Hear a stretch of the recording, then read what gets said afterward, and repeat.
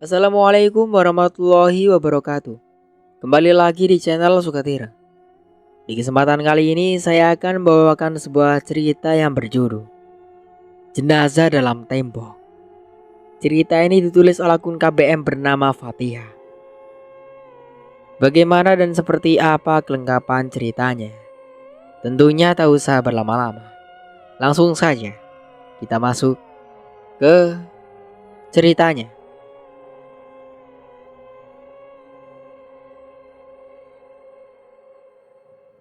Boleh bertanya sesuatu? Silakan. Apa yang mau kamu tanyakan? Balas wanita ini. Sedang tangannya coba melengkapi kekurangan pada wajah mayat dengan make up untuk menutupi beberapa bagian yang kurang. Tadi, kulihat kamu memotret wajahnya. Untuk apa? Untuk apa? Aku sengaja mengoleksinya. Semua foto orang mati? Ya, untuk koleksi pribadiku saja. Mengoleksi foto orang mati? Untuk pribadi? Emang kenapa? Salah. Tersenyum Hedi. Tidak juga. Balasnya, dalam keadaan hati berbunga dan suka. Salah satu keunikan penyakitnya tidak kambuh. Di saat hatinya dalam keadaan gugup karena senang atau jatuh cinta. Sebab hormon yang mempengaruhi aktivitas saraf otak berada dalam kondisi stabil dan normal. Mendengar kata foto orang mati sebagai koleksi pribadi tentu saja membuat Hedi jadi heran. Mengingat dirinya sendiri juga seorang pemandi mayat. Tapi sikap saat mendapati ekspresi wajah orang mati dalam bentuk yang bermacam-macam, lalu berusaha untuk bersikap biasa, melupakan dan tidak memperdulikan, agar wajah orang mati tidak selalu terbayang dalam ingatan kesehariannya. Apa kamu tidak takut mengumpulkan wajah orang mati dalam memori ponselmu? Untuk apa aku takut? Memang orang mati bakal bisa hidup lagi. Ya enggak kan? Ucapnya. Maksudku akan terbayang-bayang. Hedi senyum-senyum entah kenapa saat melihat wanita ini. Ada rasa ketertarikan lahir dari hatinya. Seperti aku katakan, aku sudah 12 tahun berprofesi seperti ini. Jadi hal yang biasa saja. Pakaian berupa jas dengan dasi kupu-kupu serta beberapa aksesoris kesukaan jenazah semasa hidupnya disimpan dalam peti mati. Kembang-kembang harum disimpan di sisi jenazah. Tidak lupa ia juga menambahkan lagi pelembab bibir agar wajah jenazah semakin terlihat segar. Hedi berdiri memperhatikan wajah jenazah yang nampak hanya seperti orang tertidur. Tidak bisa dibedakan antara orang meninggal dan orang tidur. Pria jenazah ini tersenyum. Ia menyentuh wajah kliennya sembari berkata, "Aku seperti merasakan dia sedang kesakitan, meminta pertolongan. Setiap kali aku mengencangkan kerutan pada dahinya, dahi itu kembali berkerut. Semakin aku beri efek dengan make up, kerutan itu justru semakin bertambah." Kamu bisa merasakannya? Terkadang aku bisa merasakan kesakitan mereka. Kadang mereka juga menjerit dalam kematian. Edi mendengarkan secara sesama dan teliti yang diucapkan oleh pria sini. "Dek, sudah selesai," panggil Prias pada perawat yang turut ikut menjaga aktivitas mereka di dalam ruangan ini. Peti mati sepanjang 170 cm dengan warna hitam kayu yang mengkilap. Bagian dalamnya dilapisi dengan busa halus dan kain sutra. Penutupnya lalu dipasang di atasnya. Perawat lelaki itu pun mendorong kereta dan memastikan segala kelengkapan pesanan keluarga kaya ini beres semuanya. Setelah menyelesaikan semua tugasnya, Perawat yang berada dalam ruangan segera membuka pintu ruangan, memanggil kerabat duka yang sedang menunggu di luar. "Sore ini mau kemana? Ada job lagi?" "Masih ada," sahut pria tersebut sembari membereskan perkakasnya. "Mau diantar?" "Tidak usah, suamiku sudah menunggu di luar," sahutnya. Hedi tersenyum, lalu membiarkan pria itu pergi sampai punggungnya hilang di belokan selasa rumah sakit. Cuaca sore ini nampak begitu cerah. Kawanan burung walet terlihat berhamburan memutar di udara. Gedung-gedung besar pada bagian puncaknya diolah lubang-lubang kecil sebagai sarang burung walet. Banyak pengusaha dan pemilik ruko di kota Sambit menjadikan gedung-gedung mereka menjadi sarang walet. Mengingat harga sarang walet yang cukup tinggi di pasaran internasional. Kabupaten Kota Waringin secara keseluruhan termasuk dalam wilayah penghasil sarang burung walet terbanyak di Indonesia. Sarang-sarang ini biasanya dijual kepada para tengkulak seharga belasan juta rupiah per kilogramnya. Dari para tengkulak inilah sarang burung akan dijual kembali kepada para bos besar sebelum nantinya diekspor ke luar negeri dengan harga yang cukup fantastis. Negara pembeli sarang burung walet terbesar di dunia adalah Cina, Vietnam, Hong Kong, Singapura, bahkan sampai ke Amerika. Sarang yang dihasilkan oleh burung walet sangat populer di berbagai negara Asia. Biasanya sering dimasak untuk diolah sup. Meskipun begitu, banyak juga yang mengambil manfaatnya dengan mengolah sarang burung yang pada dasarnya berasal dari air liur burung walet itu sendiri, menjadikannya sebagai hidangan penutup.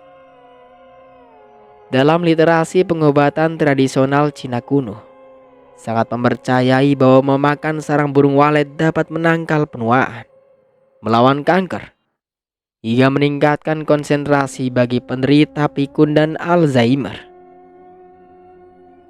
Usai menyelesaikan tugasnya, Hedi menepati janjinya untuk menjemput Johar di rumah.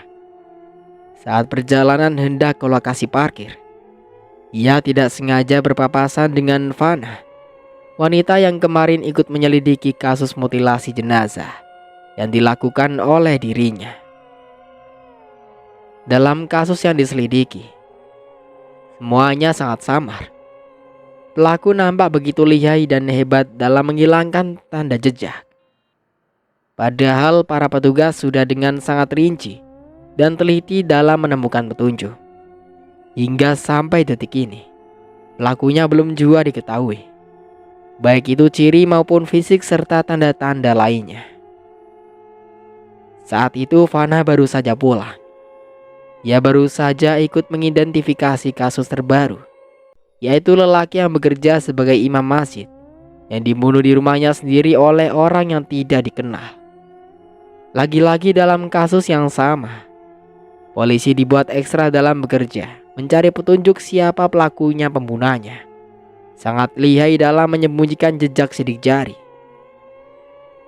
Sebelum berangkat menuju rumah Johar, Hedi memastikan tangki motornya telah terisi penuh dengan minyak.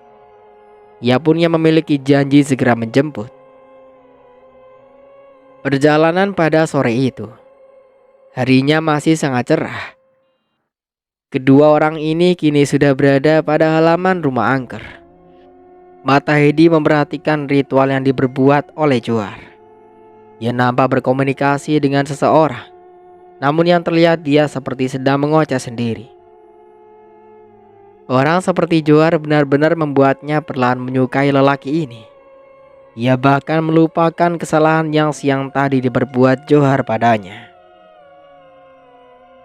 "Besok, aku akan selesaikan rumah ini," ucap Johar. "Tetapi, apakah aku boleh menginap di rumah ini bang malam ini?" "Boleh. Aku sudah izinkan kalau kamu boleh tidur di sini. Tapi dengan satu syarat, jangan pernah menyentuh atau mengambil barang apapun dalam rumah ini. Serta jangan pernah menegur segala aktivitas yang kamu lihat. Johar mengingatkan pandangan yang tidak boleh dilanggar selama berada di rumah tersebut. Jika tidak bisa akan terjadi sesuatu yang mengerikan akan terjadi. Malam ini mungkin akan menjadi malam pertama Heidi tidur di rumah ini. Tidak memiliki rumah membuatnya tidak memiliki pilihan selain tidur di sini. Dalam hidupnya, ini adalah kali pertama Heidi mulai memiliki rasa takut. Takut yang dialaminya bukanlah takut terhadap apa yang akan dilihatnya, melainkan sebuah ketakutan berupa kutukan kematian. Baginya ini tentu sangat mengerikan. Dalam rumah besar ini, Heidi menghidupkan lebih dari 8 lilin yang bagian atasnya ditutupi menggunakan botol kaca, sehingga walaupun ada angin yang kencang, apinya tetap terlindungi sehingga bisa hidup lebih lama. Suara burung hantu terdengar berbunyi saat bertengger di atas ranting pohon beringin. Kepalanya berputar 180 derajat. Ia mampu melihat kegelapan. Burung hantu adalah predator malam yang memiliki kemampuan penglihatan yang sangat tajam. Bahkan, burung hantu dapat melacak mangsa dalam kondisi cahaya yang paling redup. Pohon beringin yang akar gantungnya menjuntai di atas atap rumah menjadi surga bagi binatang-binatang kecil berupa tikus dan kadal pohon. Itulah mengapa pohon beringin menjadi tempat favorit burung hantu dalam mencari mangsa. Hewan kecil bermain di antara celah lubang pada plafon. Jadi yang saat itu merebahkan kepalanya di atas bantal melihat ke sekitar ruangan. Bulu kuduknya merinding lantaran mulai merasakan ketakutan. Dalam keadaan takut begini, perasaannya mendadak menjadi was-was. Bahkan saat melihat gelap pun, ia merasa sedang diawasi oleh sesuatu yang tidak bisa dilihat. Malam pun semakin larut. Heidi masih belum bisa juga memejamkan matanya. Pikiran di kepalanya masih terus berpikir, sebenarnya ada rahasia apa di dalam rumah ini sehingga begitu berbahayanya tempat ini bagi manusia. Untuk menghindari sesuatu yang tidak diinginkan, Heidi malam itu mengikat kaki kirinya dengan tali nilon sebesar jari telunjuk yang diikat pada tiang rumah ini. Dirinya tidak ingin saat nanti tertidur tidak bisa kembali mengontrol tubuhnya hingga pergi ke tempat-tempat aneh lagi seperti pagi tadi. Mengingat belakangan ini ia sering tidur berjalan dan bangun di tempat yang tidak semestinya. Malam itu cuacanya sangat dingin hingga membuat laki ini menambah jumlah selimut tebalnya. Heidi memastikan tali di kakinya diikat dengan kuat. Saat itu dirinya mulai berusaha memejamkan mata. Ia sangat berharap malam ini bisa tidur dalam keadaan nyenyak, aman, sehingga tidurnya tanpa gangguan perasaan atau godaan apapun. Matahari telah meninggi cahayanya, menembus celah-celah lubang kecil yang terdapat pada dinding-dinding lupuk rumah ini. Gumpalan debu nampak berputar berterbangan saat sinar terangnya masuk menembus melewati lubang-lubang dinding. Silau cahaya dari matahari yang lolos melewati celah kecil, ada yang mengenai tepat di atas wajah Heidi. Saat dirinya terbangun, ia coba menepis pandangan mata agar cahaya matahari tidak mengenai langsung ke kornea mata. Ikatan tali nilon yang semalam dipasang pada kaki, kini ia periksa. Kondisinya terikat kuat, tanpa sedikit pun longgar. Usai memeriksa dengan teliti sekujur tubuh, Heidi sudah meyakini ikatan pada kakinya sudah sangat aman menjaga dirinya agar selama masa tidur tidak berjalan ataupun bergerak kemana-mana.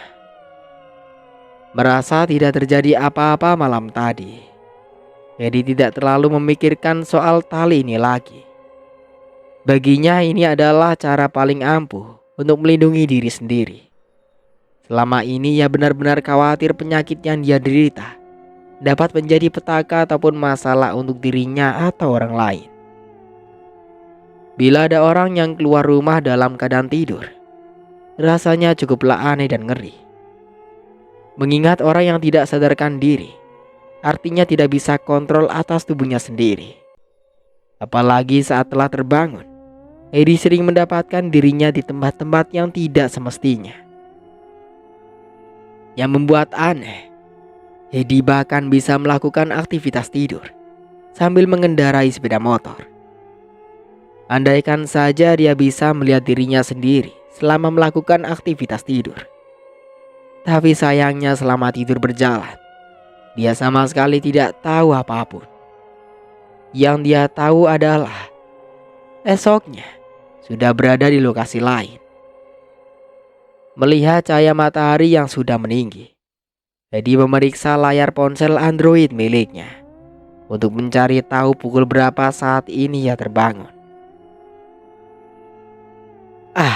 Ternyata sudah jam 9. Keluhnya. Hari ini Edi memiliki janji untuk bertemu dengan Johar.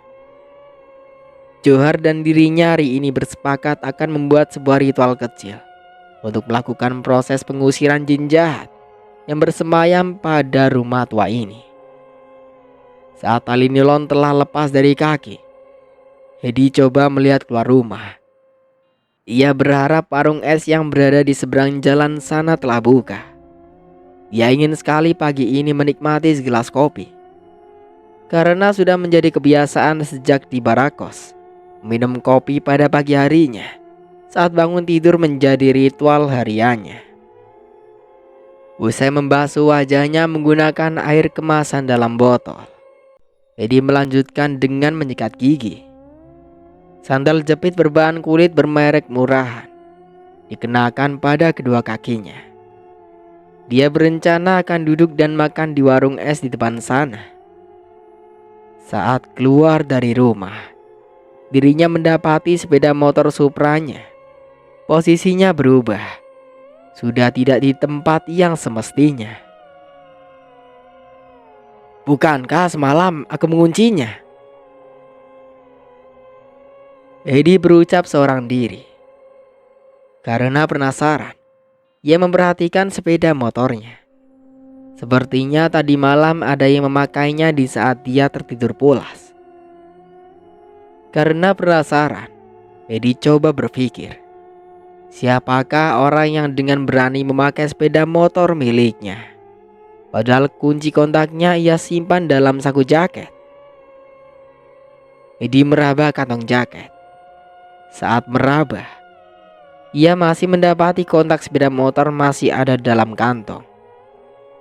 Edi memegang kepalanya. Hampir saja ia berteriak.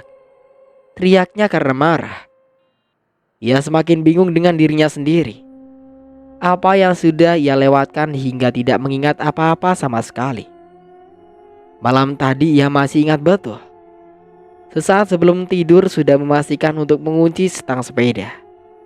Ia juga mengikat rodanya menggunakan rantai besi kecil, dengan menguncinya menggunakan gembok.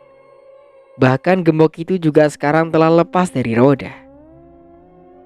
Jantung Edi mulai menjadi berdetak kencang tidak karuan. Perasaannya menjadi tidak nyaman. Dalam hatinya berkata, bagaimana bisa ia melepas ikatan tali di kakinya tanpa menyadari bahwa ia bisa melakukannya tanpa sadar. Sebuah lampiran dari laporan kejahatan kembali terjadi di kota Sampit. Saat itu, 3 unit mobil investigasi polisi hadir secara beruntun di TKP.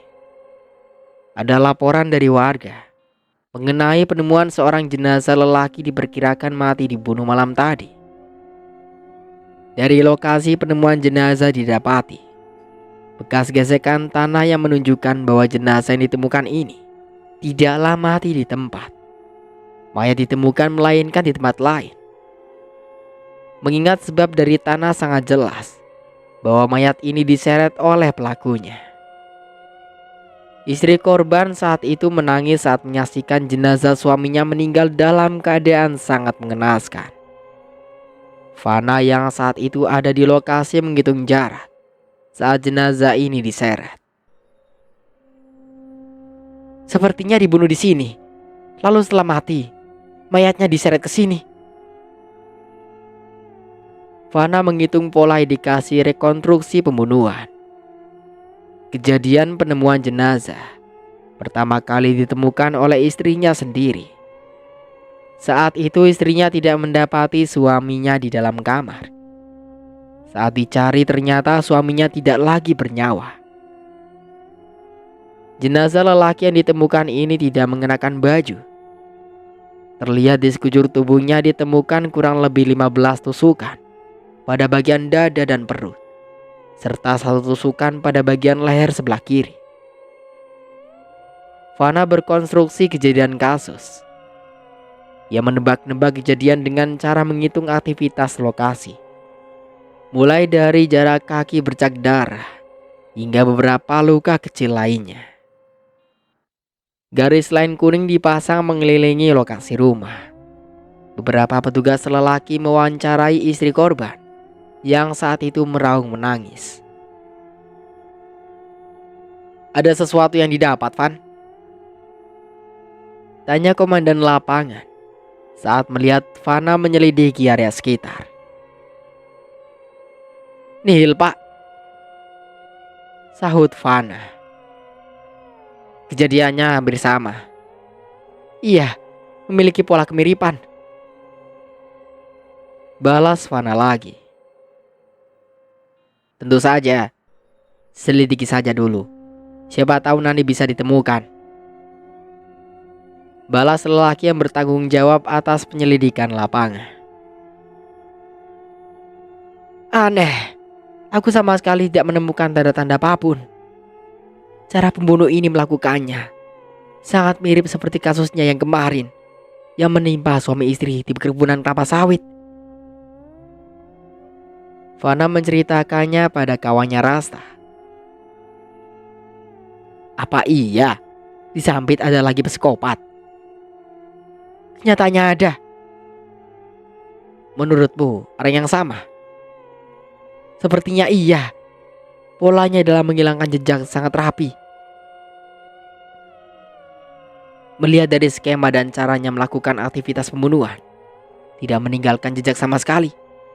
Teknik serta caranya membunuh sangat sama persis, seperti kasus kemarin di perumahan perkebunan sawit.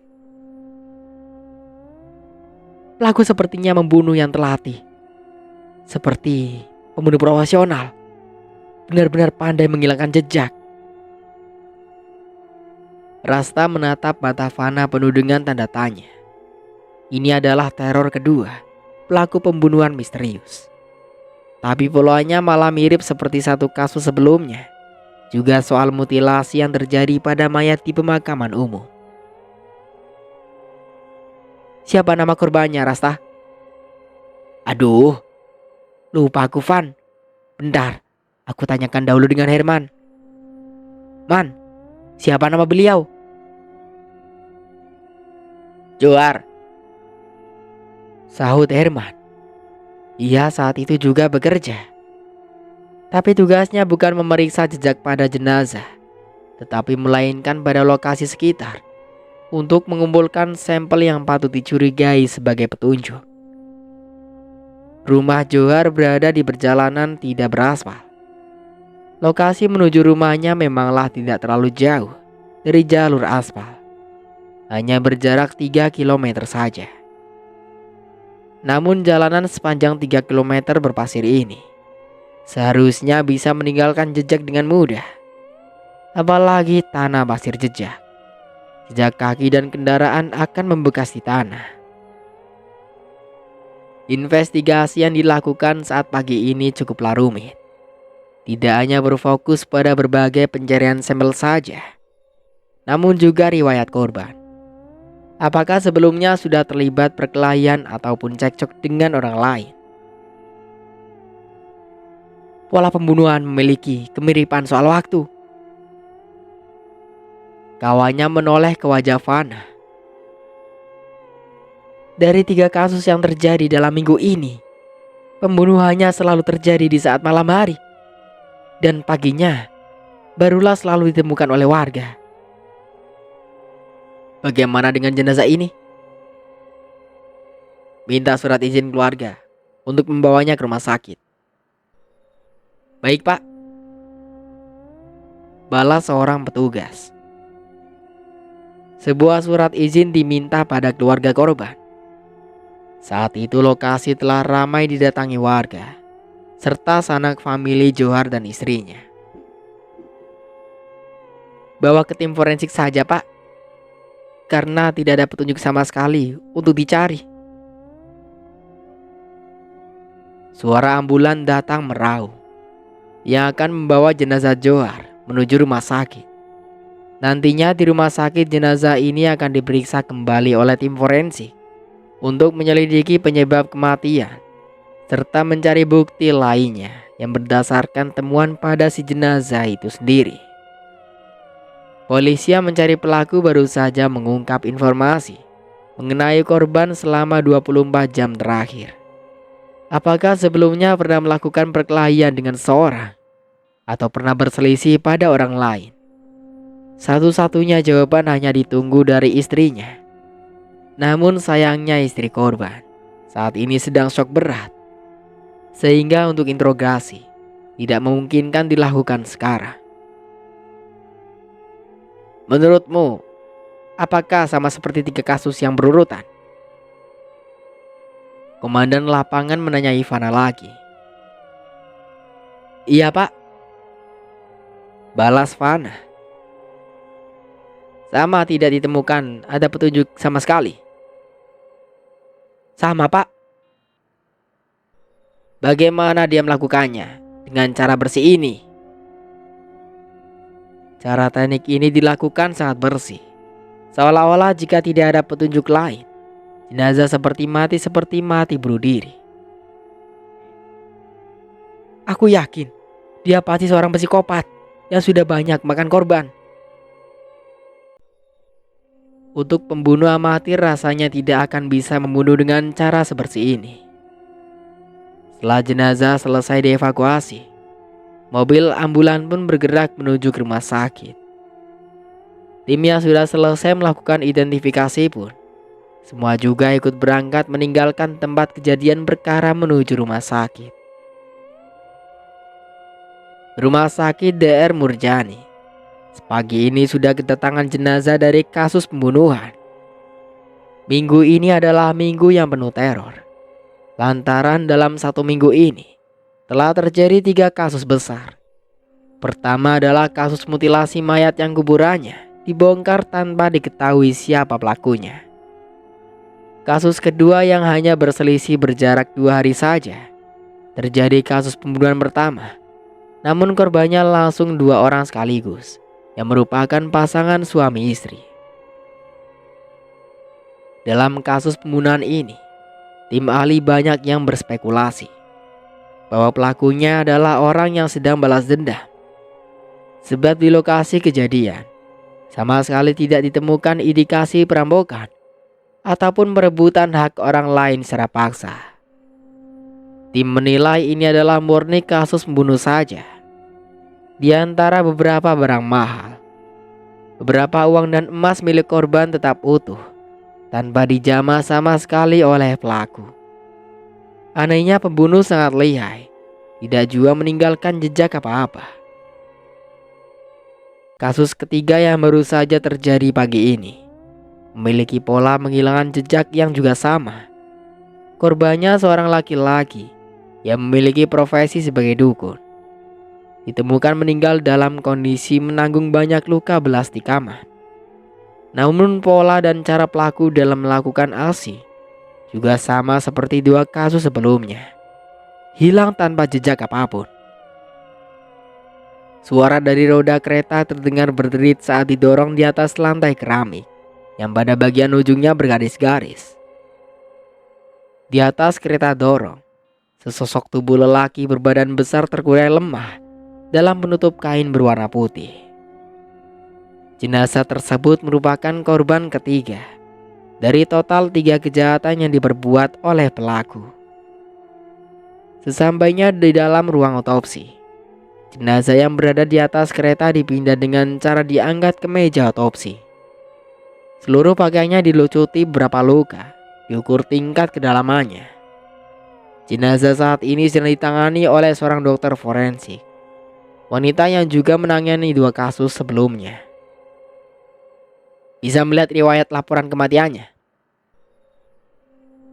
Seorang perawat memberikan riwayat kasus kematiannya yang disusun dalam map coklat. Dokter forensik tersebut selalu membaca riwayat kasus kematian, lokasi, tempat serta foto saat jenazah pertama kali ditemukan. Setelah mendapat segala informasi yang diperlukan dari urutan daftar tersebut, dokter forensik mulai bersiap untuk melakukan pemeriksaan secara menyeluruh. Biasanya dalam kasus pembunuhan seperti ini, dokter forensik yang menangani akan melakukan proses pengungkapan fakta dengan cara mempelajari pola cara pelaku membunuh.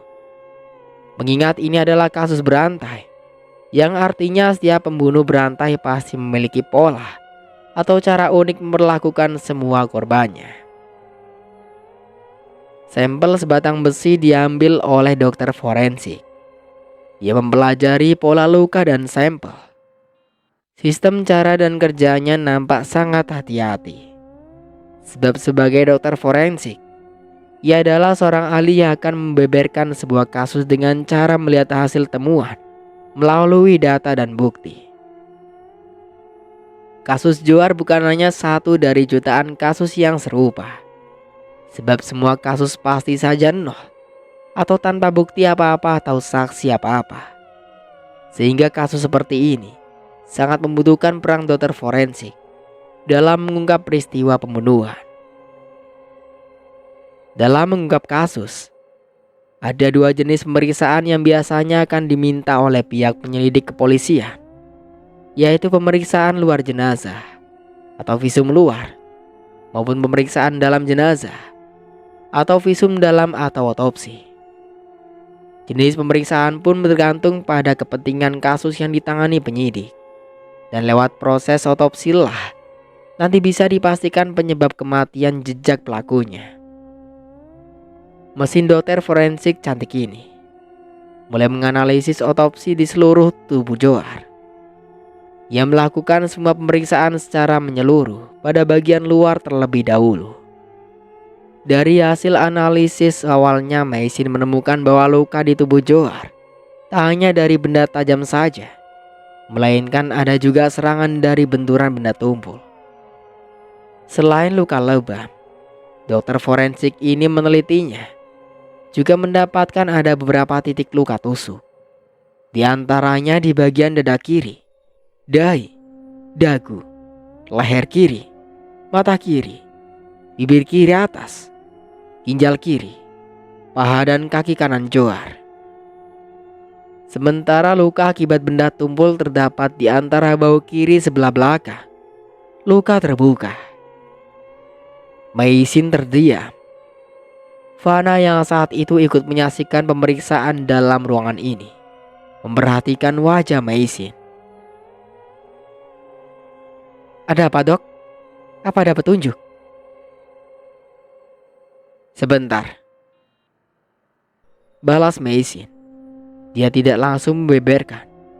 Ia mempelajarinya terlebih dahulu. Maisin lalu mengonstruksi setiap pola lukanya.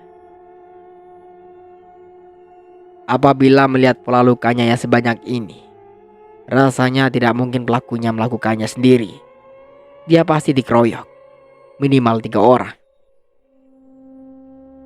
Fana terdiam, masih mendengarkan penjelasan lanjutan dari Maisin. Di pergelangan tangan kanan Johar terdapat sayatan hingga uratnya terpotong putus. Biasanya luka seperti itu bukan luka yang berasal dari sayatan benda tajam, tetapi melainkan benda tumpul, seperti ujung sendok atau besi tumpul. Kalau luka dari benda tajam, biasanya ada bekas irisan lain yang gagal, Sementara risanya ini cukup sekali tapi dalam. Selanjutnya pada paha kiri Johar mengalami patah tulang, spiral alias dipelintir. Dalam ilmu forensik hanya terjadi dalam dua keadaan. Pertama, pada anak kecil bisa terjadi seperti itu, tapi orang dewasa pun bisa terjadi jika ia seorang penarik balet. Kedua, lebih mungkin lagi dipelintir oleh lebih dari satu orang, karena postur tubuh Johar ini besar, jadi tidak mungkin dipelintir satu orang. Menurut Anda, lebih dari satu orang, Dok?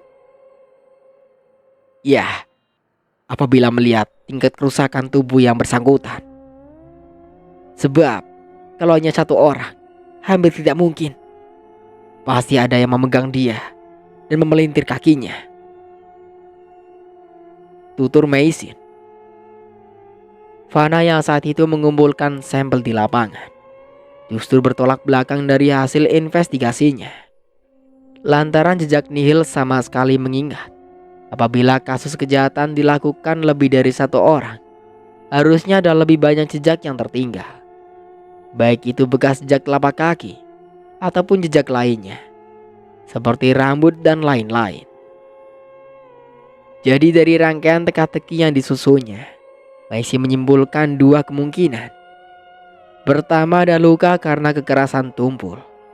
Kedua, ada penganiayaan yang mengindikasikan Johar diserang oleh benda tajam.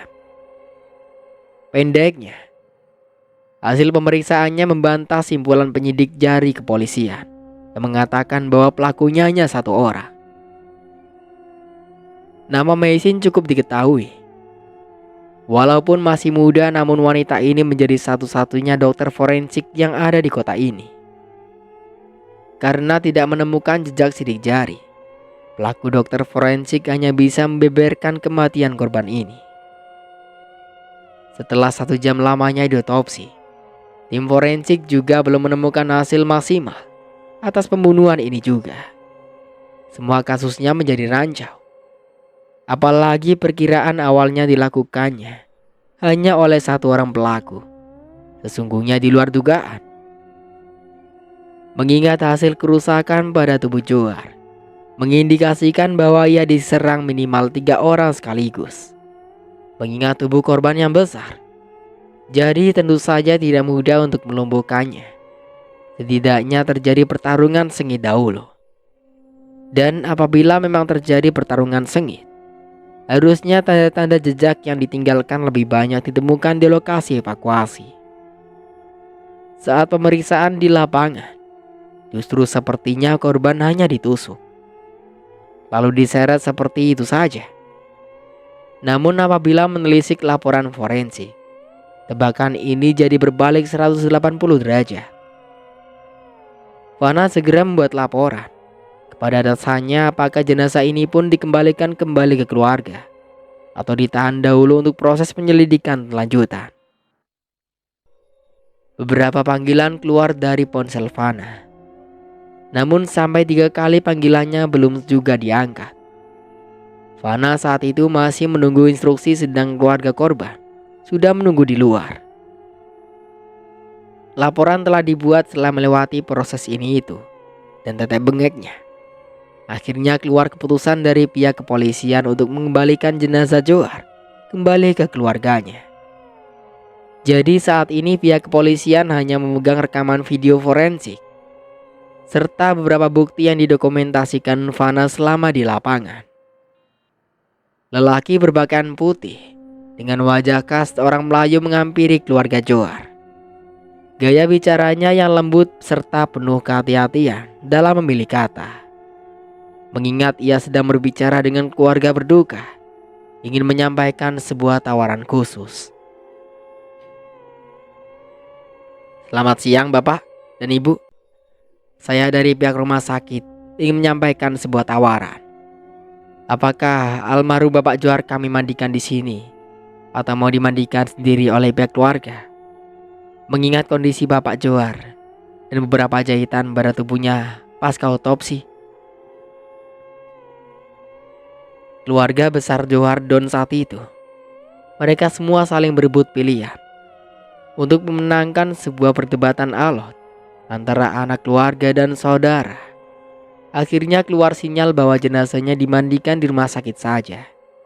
Setelah itu mereka akan membawanya kembali ke rumah. Setelah diberi waktu berpikir, akhirnya 30 menit kemudian, wakil dari pihak keluarga mengatakan bahwa mengizinkan jenazah Zohar dimandikan di rumah sakit saja. Saat ini sudah pukul 1 siang. Edi yang saat itu duduk di warung kembali mendapatkan panggilan telepon dari tempat ia bekerja. "Halo?"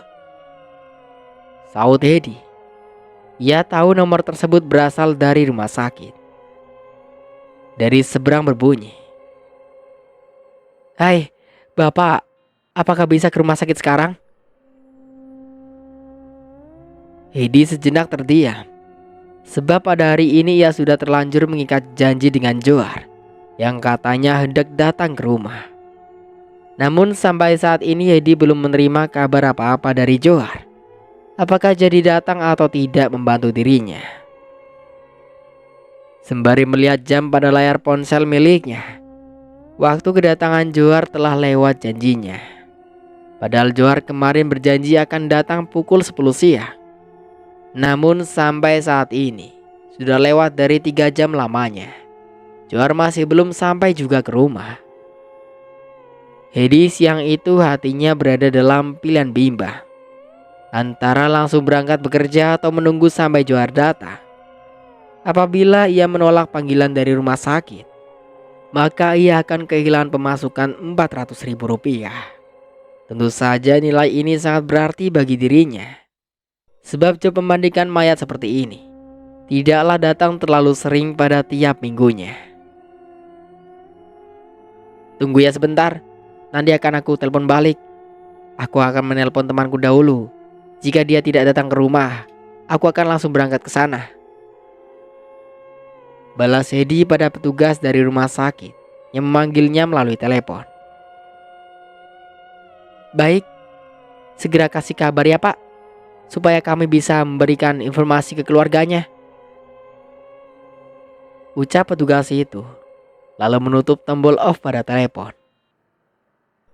Edi mencari kontak nama yang dia simpan di aplikasi pesan WhatsApp. Saat itu juga ia menelpon Johar, sembari menunggu panggilan teleponnya diangkat. Siang ini, Edi duduk di warung es menikmati secangkir minuman dingin. Sepeda motor Supranya baru saja dicuci di sungai.